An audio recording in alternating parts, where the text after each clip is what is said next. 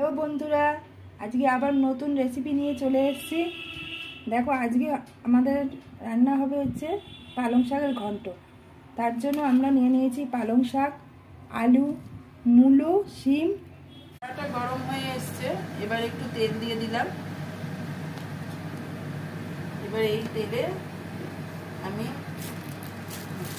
কিছু বড়ি ভেজে নেব, কেন বড়ি না দিলে তো ভালো লাগে না। এবার আমরা বড়িটা তুলে নেব। দেখো, বড়িটা ভাজা ভাজা হয়ে গেছে।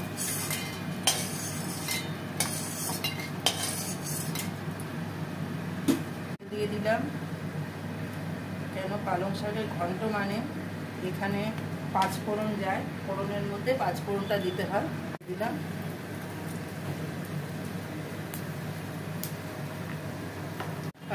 পাঁচ ফোড়নটাও গরম হয়ে গেছে। এইবার আমি শাকগুলো দিয়ে দিচ্ছি।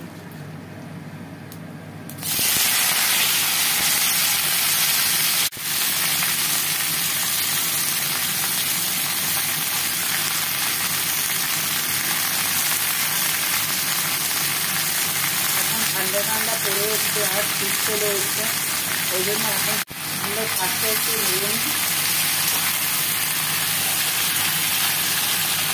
তারপরে শাকটা একটু মজে গেলে আমরা সব মশলাগুলো দিয়ে দেবো। এই যে ধনে পাতা নিলাম, এটা দিয়ে দেবো কুচিয়ে। এটা দিলে বেশ একটা সুন্দর গন্ধ বেরোয়।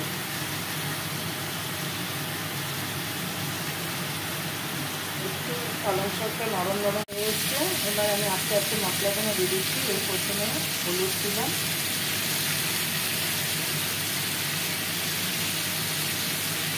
এই একটু জিরের গুঁড়ো দিলাম, পরিমাণ মতো লবণ দিয়ে দিচ্ছি। এবার শাকটা একটু নেড়ে নেব।